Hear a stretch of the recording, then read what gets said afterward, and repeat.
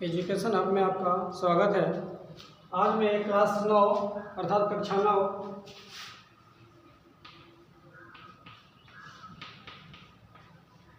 का प्रश्नावली 12 का पहला सवाल है आपका कि बहुपद y³ minus Y plus Y square minus करनी में 2 अर्थात √2 का अवरोही क्रम है। कौन है? पहला है कि दूसरा है कि तीसरा है कि चौथा है। देखिए, अवरोही क्रम और आरोही क्रम इसके बारे में जानना जरूरी है। एक मैं आपको यहाँ पर एग्जाम्पल अवरोही क्रम में, अवरोही क्रम क्या होता है समझ लीजिए। यहाँ पर मान लीजिए एक आपको मैं यहाँ पर सीढ़ी बना दिया, मैं ये एक जीना अर्थात एक लैडर है, एक सीढ़ी है।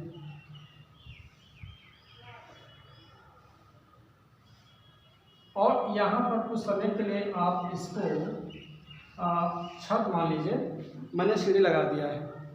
यहाँ पर आपका हो गया ये पहला स्टेप, फिर आपका दूसरा हो गया, फिर तीसरा, इसके बाद फिर चौथा स्टेप हो गया। अवरोही क्रम का मतलब होता है कि ऊपर से नीचे उतरना, अर्थात नीचे उतरा जाता है। इस छत से नीचे उतरेंगे, इस छत से नीचे उतरेंगे, इसको कहते हैं अवरोही। क्या कहेंगे? अवरोही क्रम, इसको कहेंगे अवरोही क्रम।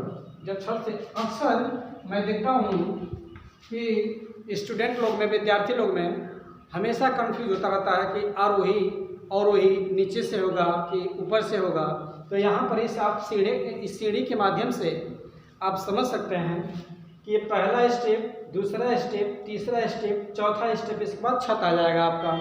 तो अवरोही क्रम का मतलब कि ऊपर से, छत पर से नीचे उतरा जाता है।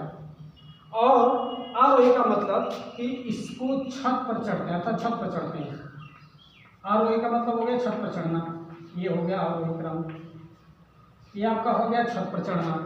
अवरोही क्रम मतलब हो गया छत पर से उतरना। तो जब छत पर से उतरेंगे तो पहले 4 नंबर मिलेगा, और उसके बाद क्या मिलेगा? 3 नंबर मिलेगा, फिर 2 नंबर मिलेगा स्टेप, फिर 1 नंबर स्टेप मिलेगा। और आरोही में क्या होता है कि जब ऊपर चढ़ते हैं तो पहले 1 नंबर पर, फिर 2 नंबर पर, फिर 3 नंबर पर, फिर 4 नंबर पर। अब आप समझ चुके होंगे कि इसको किस में करना है? अवरोही क्रम में करना है। तो सबसे पहले इसमें 4 रहेगा, यहाँ पर कोई घात नहीं है तो यहाँ पर 1 घात है, और यहाँ पर मैं लिखा था कि आपको x²। तो यहाँ पर देखेंगे कि पहले इसमें क्या रहेगा? 4 रहेगा कि 3 रहेगा कि 2 रहेगा कि 1 रहेगा अवरोही क्रम में। तो आप देख रहे हैं कि अवरोही क्रम में सबसे पहले क्या है? 4 है, फिर 3 है, फिर 2 है और फिर 1 है। तो इसका मतलब अवरोही क्रम क्या हो जाएगा कि पहले रहेगा आपका x पर 4, उसके बाद इसको लिख देंगे x पर 3, फिर इसके बाद इसको लिखेंगे x पर 2, और इसके बाद फिर क्या लिख देंगे? x। इस पर 1 घात है लेकिन दिखाई नहीं देता है, इसको ऐसे ही लिख करके मान लिया जाता है कि इस पर 1 घात है। ये आपका क्या हो गया? ये आपका हो गया अवरोही क्रम। और इसी को आरोही क्रम में लिखना होगा तो इसी को पलट देते हैं। इसी को क्या करेंगे?